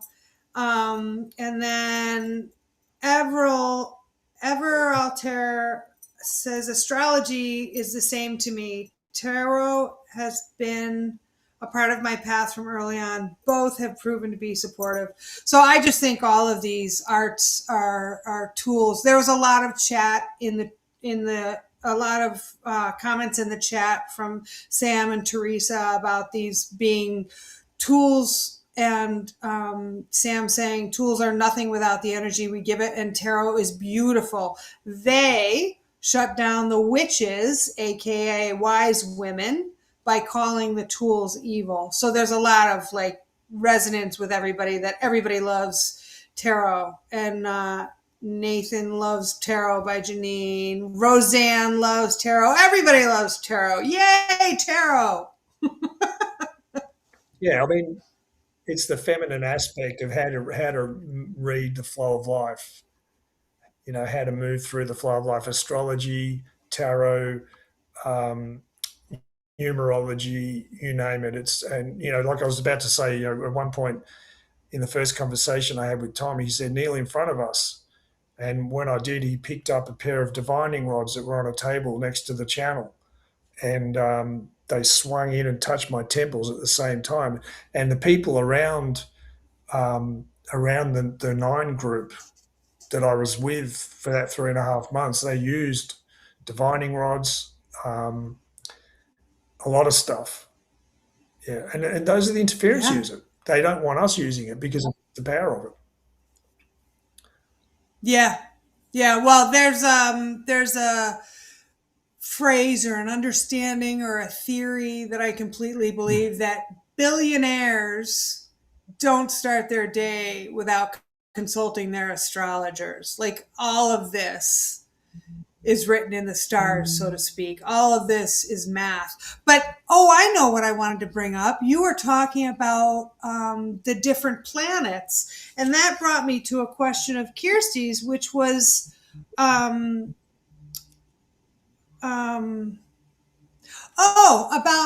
is there one God? Is God the one God? Or are there multiple gods and multiple universes? And to me, this is all one being. There is one There are, God. That's my belief, my understanding. yeah, the form that the all that is can take is infinite, but look, it's all inherent in that term, the all that is. It doesn't matter what it is, what universe, what dimension, what timeline. If it is, it's coming from the all that is. That's it. There is only one. Everything that exists, no matter what you call that existence, has a single point of origin. The all that is.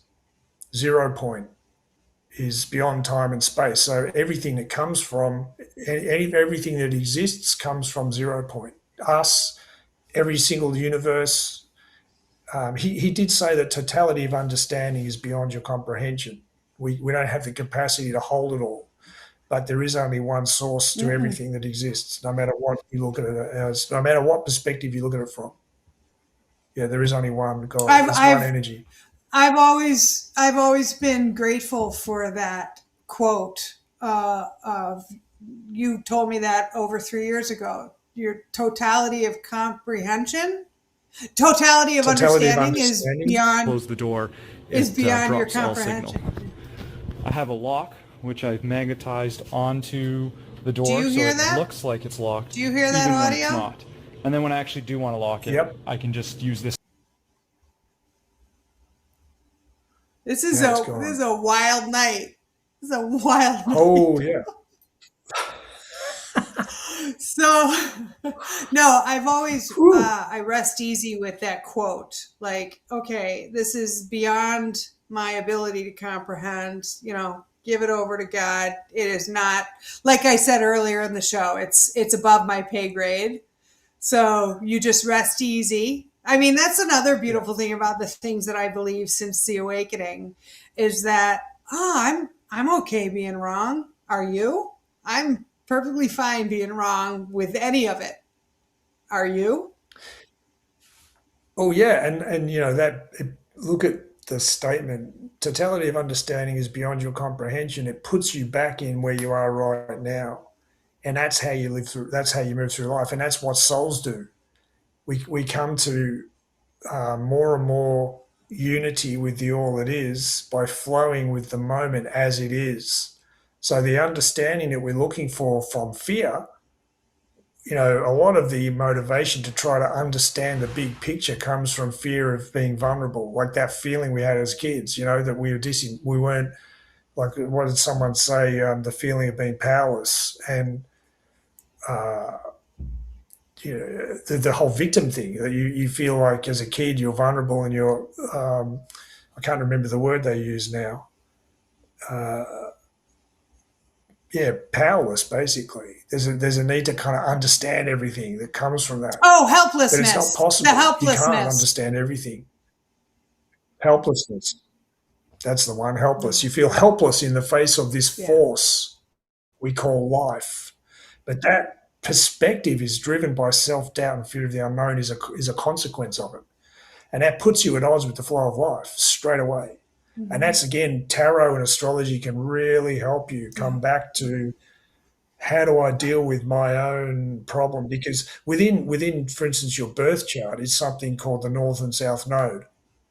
So think of it as an arrow. And the North Node, the description of the North Node, the sign that it's in, will give you a description of your soul purpose. So a lot of the discomfort zone is in your soul purpose. So you're on track when you're moving into a particular dynamic. So the North Node will describe that to you. So it makes it easier for you to zero in on it. Like, okay, how do I know that I'm on track? Oh, right, I'm in these X, Y, and Z situations. I've had this opportunity from work to stop being behind a desk and be a presenter, but I'm terrified of public speaking. I'm terrified of kind of putting myself out there. And I've always felt like that's wrong. And then you look at the North Node and it's exactly what it's about. So to not resist it. And then you look at the South Node. The description of the South Node is where you've lived, where the lives you've come from. You've already been through those experiences, but they're your comfort zone. So that's the part of yourself that justifies avoiding it. You'll come up with a judgment about people who do that and the situations that do that, anything that justifies you not going there where you need to go in this life. So the comfort zone that doesn't serve us is described in the South Node. And that can just knowing those descriptions can really help you a lot. You don't need to understand all of astrology. I think a lot of people get put off by it because it's a lot. But just take from all of this stuff what you're ready It's to a receive. lot. Go and see an astrologer, get your birth chart done. We recommended Amanda. It is a lot, but you don't need to take it all in. It's like reading The Only Planet of Choice. You won't understand it all. There's no way you'll understand it all. You can only take what you're able to take at the point you're at. But that's how you connect with the flow of life, and that's what life is all about. It's opening you up gradually. There's less and less of you caught up in the self-doubt. The only way to get free of self-doubt is to experience life. The only way to get out from under this fear of public speaking and step into your true power, which actually is where your joy of life can come from, is to keep being put in situations that trigger that feeling until you're over it. Suddenly, you walk out on stage one day, you've had this thing go on where your flatmate's moved out and, because you want to get into a new flatmate and la-da-da-da-da, and you're talking to your friend about it, the people are getting the stage ready and there's all these people pouring in. You're not even noticing it. You're just talking to your friend about the week you've had and la-da-da-da-da, and they call your name, and then now it's time and you walk on stage and you're just there. And then later on you catch yourself and go, holy shit. A month ago, I would have been so obsessed with not wanting to do that my friend trying to talk to me, I wouldn't have even been able to listen. All my attention was, oh my God, oh my God, oh my God, oh my God. And then suddenly you're not even there. You were willing to see it by going into the situation so many times that you realized that the self you made real in your experience, that the self who was afraid had nothing to do with you. And the self that loves every minute of it. Yeah. But the only way to get there is to keep putting you in situations and see it that way. Janelle, in an office job, getting triggered by rude people, there's a connection between that experience and the childhood process she went through that pulled her out of herself. And she'll connect Yep. with that reality Yep. over time by willing to allow it to exist. Yeah, you and I have talked numerous times about, like, I'm like, oh my God, like by the time I turn around and see that I was the cause of all of those 7 years of sadness, like it's like ironic that I won't care. Like all of a sudden I'll see, right? I'll see the divinity in every single tear. And I'm like, well, I want to see the divinity now. Because, Yeah. but like, who wants to It see is the ironic. divinity now? Like, I can't. Well, people get shamed within the spiritual circles for feeling dark or being low vibration or all that. They're shamed for their very real feelings, but those are the feelings. There's like a big part that is misunderstood, that so much of this work, so much of this programming, so much of this distortion, deception is subconscious. Like everyone just, just Very. take a breather. Like stop blaming And, yourself for how you feel. So much of this is subconscious. and remember, like the divination arts are all about the mathematic, the feminine principle is all about reading the flow of life through emotional energy. So the feeling is the golden thread. That golden thread, the golden thread, what I describe as following the golden thread since I asked for help, and it's been there throughout my life. It's the moments that come to you that connect you with the path that you need to take. When you allow room for them to exist, these synchronicities happen.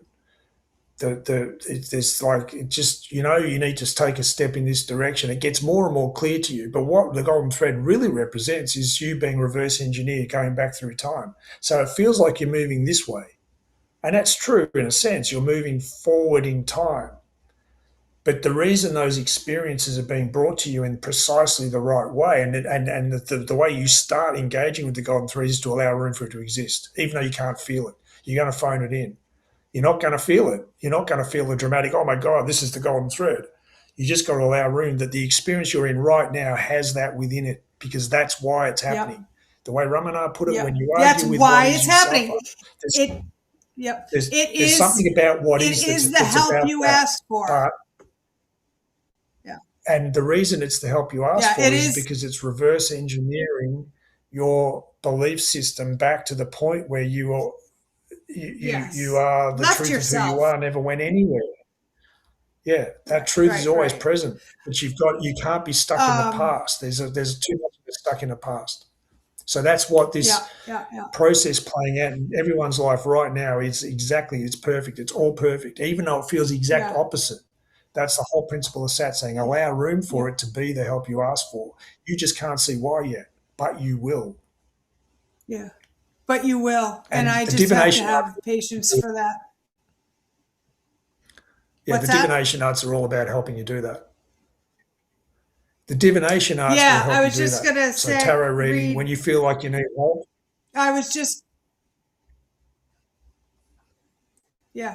I just wanted to read some of the comments from Jabaru White Dove. They can vividly remember being burnt at the stake as a healer. I've heard quite a few people knowing they were burnt at the stake. That I can't imagine having past life memories. I cannot imagine. And then Everalter says, just discovered my soul purpose on my astrology chart, which I have not had that experience either. I've had Amanda work with me on my astrology, but I still, my soul purpose, it's there, it's formulating, it's coming, but I don't really know what it is. And then Jabaru says, my North Node is in Cancer, and then asks you, what is your experience with the North Node, Gareth? I'm really interested.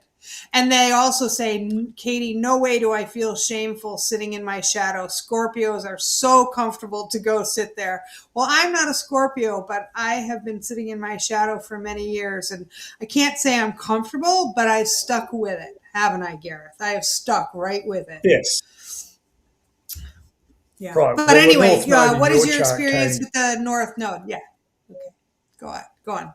Yeah, the North Node. Well, in my case, it's Taurus. So, I've, what we're doing is, for me, you were around. We connected around the time the Arcturian said it's time for you to go public, and I was like, oh no, like it. The resistance I had to it was pretty profound because my experience of being who I am and experiencing what I am and trying to connect with other people has not been good. So, I mean, for instance, No. how can you say that you're in the That's where I bloodline come connected to in. the Nazarene? That's where I come in. Like, what the fuck does that mean? Well, excuse my French, but that's the last thing you're allowed to say. But it doesn't mean anything either. The Nazarene, like the whole spirit behind the statement, why are you so amazed? Like, it's no big deal. We're all the same. That's the natural state. This is who you are. Don't make it into a big deal because that's what's stopping you from being who you are. So at the same time, I always knew that, but I was really scared of the reaction other people would have. But at the same time, I knew that if you can't be yourself, you're not being authentic to yourself. So at some point, you're going to have to deal with the reactionaryism because there's a role. Now, I've been going through this healing process myself since I asked for help, and so it's always about that first. It's always about you. Your cup runs over. Everything you're experiencing is about you getting clear about who you are and free from the inversion. If it helps someone else, then great. But that's not what it's for initially. That's how you stay in humility. So it's taken me all this time to get a handle on it, and that's where you and I came in. I needed someone Oh, I know. because You're Taurus North Node getting is all about putting it. you're Yeah, getting a lot of Taurus love North in the Node is all chats. about Patty bringing it says down we the are street. this lag. Oh my God. This lag is so bad tonight. Fucking But Patty, so you're getting some love in the chats. Patty is so happy that you did become public. And then Mike says you found a good Thank connector. you.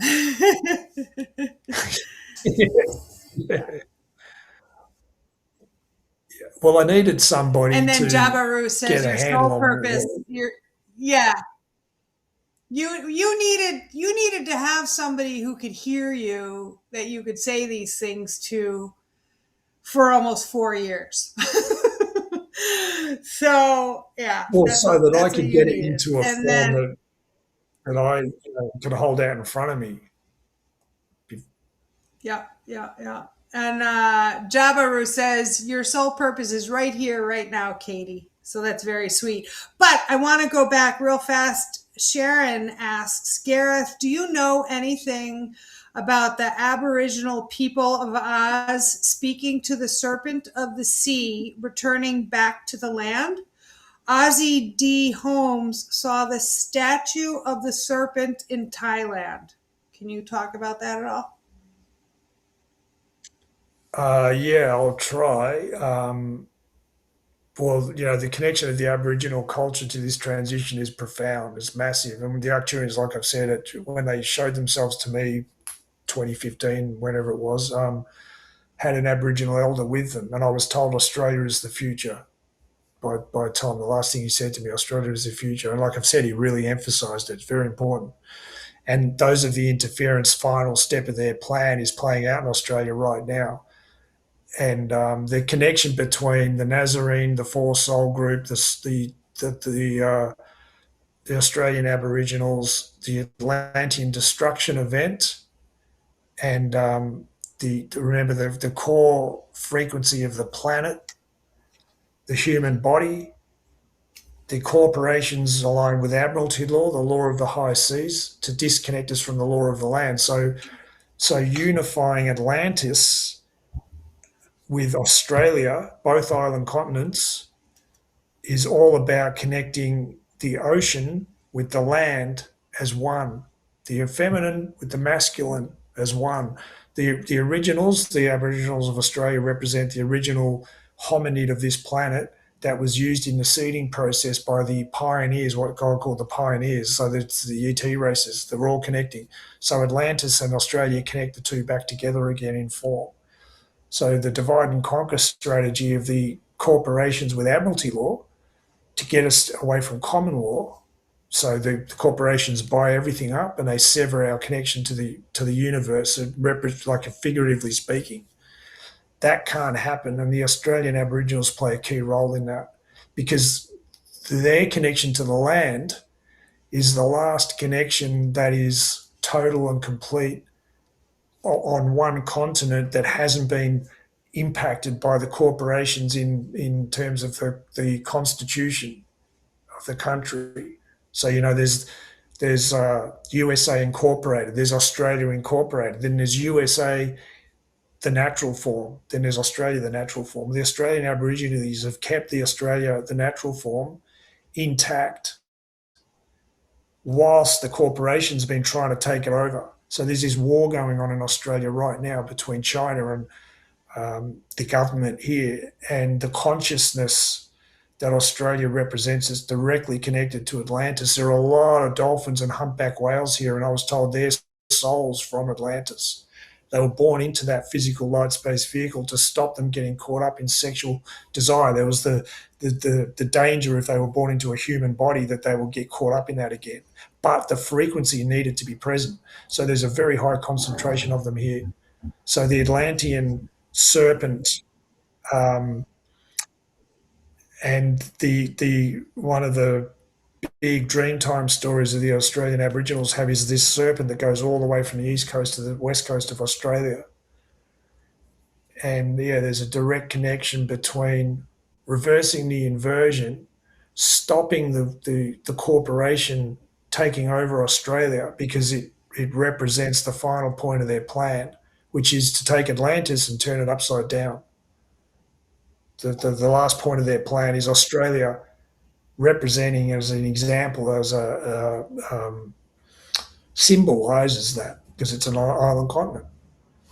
Yeah. So the Aboriginal Australians Yep. are stopping that from happening. But the Yep. connection Yep. between them and us, the soul group, the four, is very important because we represent the Atlantean line, the hawk, the Nazarene, all in physical light space vehicle. That's why the Arcturians had an Aboriginal elder with them, and he was staring at me like, man. I mean, like I've said, the presence of two Arcturians, ninth dimensional, is full on. They're powerful, really still and graceful. But this Aboriginal elder was every bit as powerful. And he was staring at me with 100,000 years of culture and the importance of the integrity of it and the importance of me staying with it. Because at the point they showed up, I was really low, very low. You talk about a lot of people right now being burnt out. Well, I was ready to leave the planet big time at that point. I was on my knees, and that's part of the process. That it was really important that I stay with it. And we were told at that point that we were going through a very important 9-year process where it was quite dangerous, but we had to live this sort of that sort of secret agent, undercover agent role of the twin flame Yeah. system, which is system busters to break apart the system with an energy frequency connected to the Nazarene, the lost year grid that he put around the planet, the homeopathic energy that he put within the planet, our connection genetically to the Magdalene and James, blah, blah, blah, like the whole thing coming together. We were at a critical point where we had to hold it through them throwing everything they can at us. Both my partner and I were at the point where we were ready to just implode with the pressure of what we had had to hold it to that point. But it was all coming together, and he was there holding it like, stay with it, stay with it, stay with it. And at a certain point, another civilization connected to the Arcturians, which are like in a teacher-student relationship with them, the Syrians, they came into a cinema that we were sitting in, me and my family, and they told us something that basically told me, you've done it. Well, I won't share with you what they said, but I told you about it. It was really, Yeah. really important that Yep. we Yep. stay with it.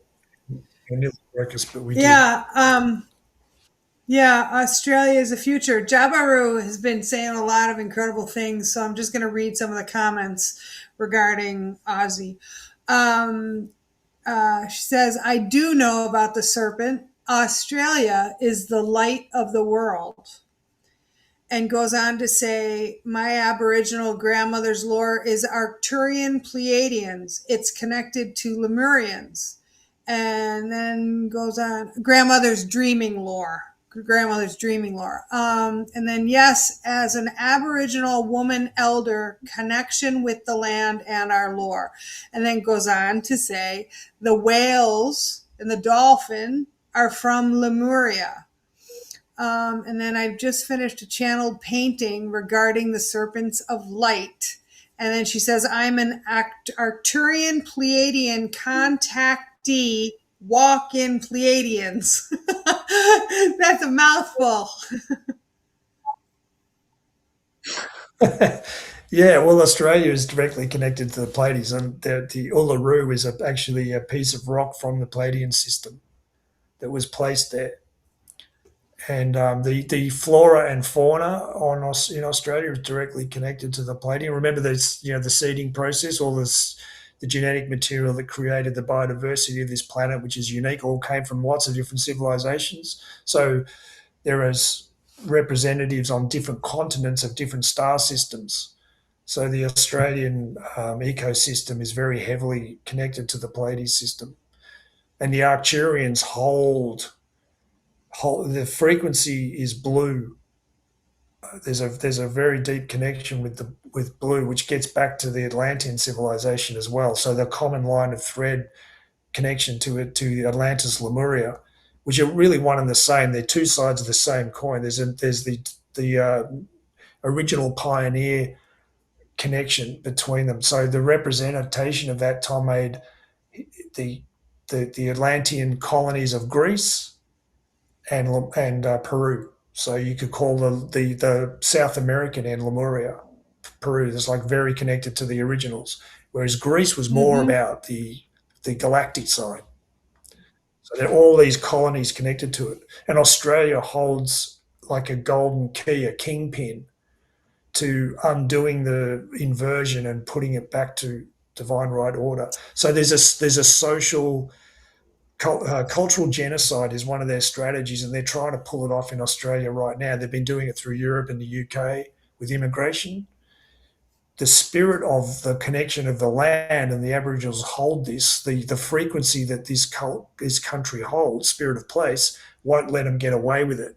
So the unity between the Chinese, free of communism, Australia, the Asian cultures, um, the Europeans, particularly the Greeks and the Italians, that are all here. The immigration of Australia is quite incredible and very connected to the Celts, because remember, it was a prison colony first.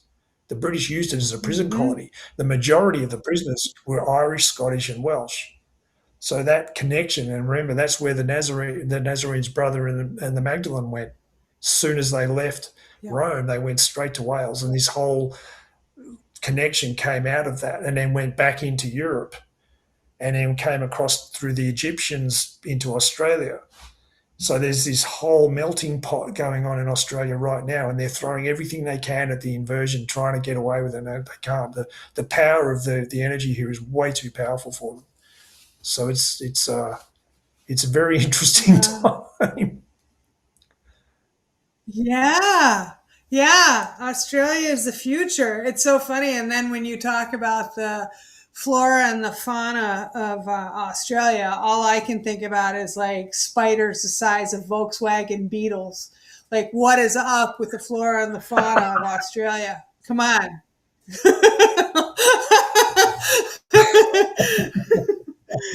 But I wanted to say, well, Jabaru said, yes, seven sisters dreaming Pleiades, seven white doves. I'm one of those white doves.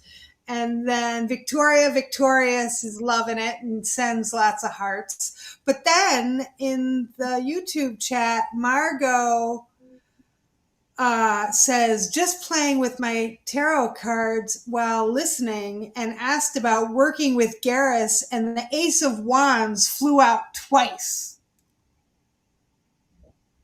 Wow. Okay. I know. So- Margot, I hope you have Gareth's email.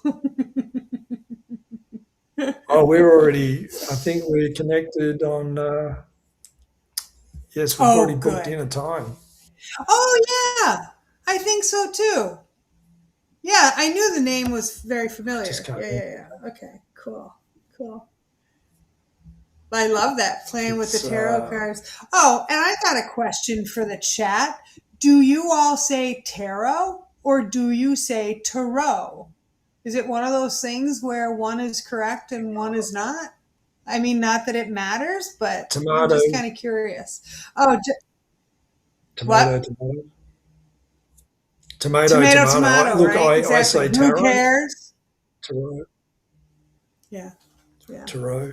Yeah, I I don't know. waffle. I go back and forth. You never What's know the root word?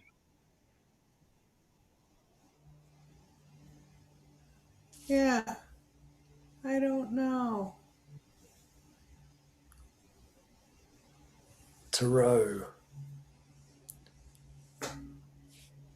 I just think tarot. I hear that and I I think think of Janine throwing calls your it boat, tarot. throwing your boat. Tarot. Yeah, I know. I don't really know. Oh, Sam says tarot. So she says tarot. Okay, good. I prefer tarot, I say tarot. right? But I don't know. I mean, I've got no. Like, if you want to say tarot, go for it. I was just curious. Maybe they're right. I'm not sure. Yeah, I know. It doesn't really matter. I was just curious. All right. Is that a good place to end it? I think so, unless anyone's to got any Major questions. Tom. Ground control. Todd's gonna sing us out. I have a question. Hang on. Yeah. That was good. Very good. Thanks. I have a question about last week. Obviously, I went through my own thing, but when Gareth, when you sent me that, I'm glad to see you're well. You mentioned that we went through, that we achieved something of a very high regard last week, which I haven't talked a lot about this. I talked for about 30 minutes on the show I did after that happened at the beginning. But a lot more has come in. A lot came in the last 2 days. That some of that was in regard to the level of accomplishment that we achieved last week. I just wondered if you could just elaborate on that a little bit. Sure, yeah. Well, there was a really deep energy shift that occurred in the background energy of reality. So the transition, the reversing of the inversion coming into a physical form, the foundation layer of that became, let's say, concrete. So the physicality that the inversion is building on, that foundation layer actually took form. So there was a shift, a background shift in the energy. My partner is like, I call her the frog in the rainforest. The image I was shown before we met was of a dolphin. So I was a seal and she was a dolphin. We were swimming through a giant wave in a very fast spiral. My right eye was locked on 0 point because I'm the masculine. My left eye was locked with her left eye. The dolphin has this sonar. They get a picture, an energy picture, and then it's expressed through voice. So everything, I get this picture of the big picture process that the entire human race is at, the point we're all at through that communication. And that shift in energy was very profound, and she felt it in a massive way, and so did I. And that tells me that the whole foundation layer of the inversion has now taken form. So that the Arcturians told me in January last year, you'll not end the year in the same situation with which you began it. So of course I went through a similar experience that you went through with the epilepsy and the coma, and there's a lot being going on with the sun that's related to that. And the Schumann resonance was off the chart leading up to this. So now the physicality of the inversion being reversed is now taken on a whole new level. So what you'll find happening is through the next year, 18 months, things like the disclosure process will take on a whole new level. But it's more than that. It's the ability for people to hear it. So this sort of block that the general public has had to, there's nothing going on. Their ability to get away with that they won't be able to get away with that. It's getting real, and we'll be able to feel it too. The feeling, that good feeling. The theme that's been happening right now for a lot of people is how negative and dark and burnt out they feel. That's because they're at the end of the road. So this shift that happened is related to that. So that will start to give way as we move from March, particularly from April onwards. A lot of people in this same feeling right now, and I hope you're all hearing this. You'll start to feel moments of like joy, like relief, in a way you haven't before. Yeah, I can relate to that. It took me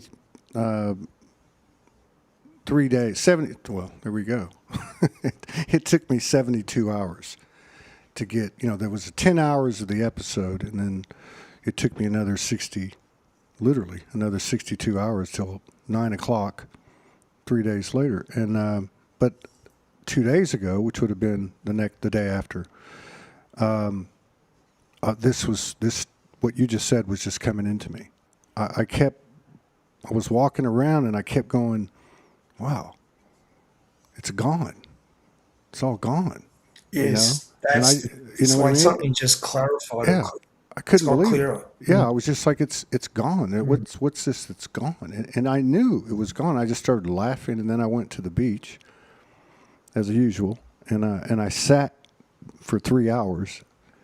And I literally wept for 2 hours, just out of what you're talking about. It was just a deep humility and gratitude and joy and bliss and even laughter. Sure. So, yeah, I had a feeling that, and it's interesting, too, because there was another 3 or 4 people that just reached out in synchronicity, and they had the reflection that like your message had. So it was basically telling me, it was almost like I was talking to myself or messaging myself. Not in a validation kind of way, but in a new communication or a new level of telepathy or something. I don't know. But all I can say is, I when that happened to me, it was very clear that this will happen to everybody, not necessarily the way you and I went through it, but that everyone is going to go through this, through the wall or whatever it is, and that's a good thing. Like that, what you just described is exactly what I felt. So, yeah. Yeah, and you'll find the darkness feeling that a lot of people are feeling right now in this is a kind of a knock-on effect of that shift that's happened. So it's lifting. So of course, as it lifts, it passes through your awareness because a lot of it's subconscious for a lot of people. So it's being displaced. This false energy is being displaced out of our field. So you'll start to. That's why you'll feel suddenly you'll come like you had the experience, like, oh my God, it's gone. You didn't even know what it was until it was gone. I didn't know what it was. I didn't. It didn't come in like clearly what it. Well, I couldn't verbalize it, but now I'm getting to the point where I can see it. What it is, which is which everything that is not is. Everything that we That's the thing. It's paradigm shift. right? You know what I mean? It's just It's, like it's, it's gone. it's Yeah. very hard to integrate. Yeah. Yeah, you got to integrate the new paradigm, but to do that, we've got to be free of the old paradigm to a certain point. So that feeling of something's lifting, there's a sort of a gap forming, and if the feeling tone behind the gap is a good feeling, because the paradigm that's coming in reflects the truth of who we are, and that's taken on a whole new form now. And remember, this transition's never occurred before in the history of the universe. So that shift has never happened before in the history of the universe. So there's a lot about it that needs to be integrated. That's like, whoa, what is it? But the feeling tone, that's the key. The feeling tone of being lighter, clearer somehow. Yeah. And then as things play out over the next couple of years, it'll become clearer and clearer what lifted, and the ramifications of it. We'll be able to describe it. Like you said, we can't verbalize it at the moment, but that will start to come. All right. Good shift. Good shift. Thank you guys for. If anybody has questions that didn't get answered, you can comment on this video after it's posted. Todd and Gareth and I look at all the comments and try and comment or like them or answer. So don't be afraid. If something didn't get answered, ask it there. There you go. Exactly, yes. Thank you, Todd. Thank you guys, and I will see you guys and everybody. Thanks. Thank you all for coming in, and thank you for completing the hat trick today, our third show, and they were all fantastic. So thank you very much, and we will see y'all next week. Pleasure. Thank you. Good night, everybody. Awesome, guys. See you, Katie. See you, Todd. See you, Bye-bye. everyone.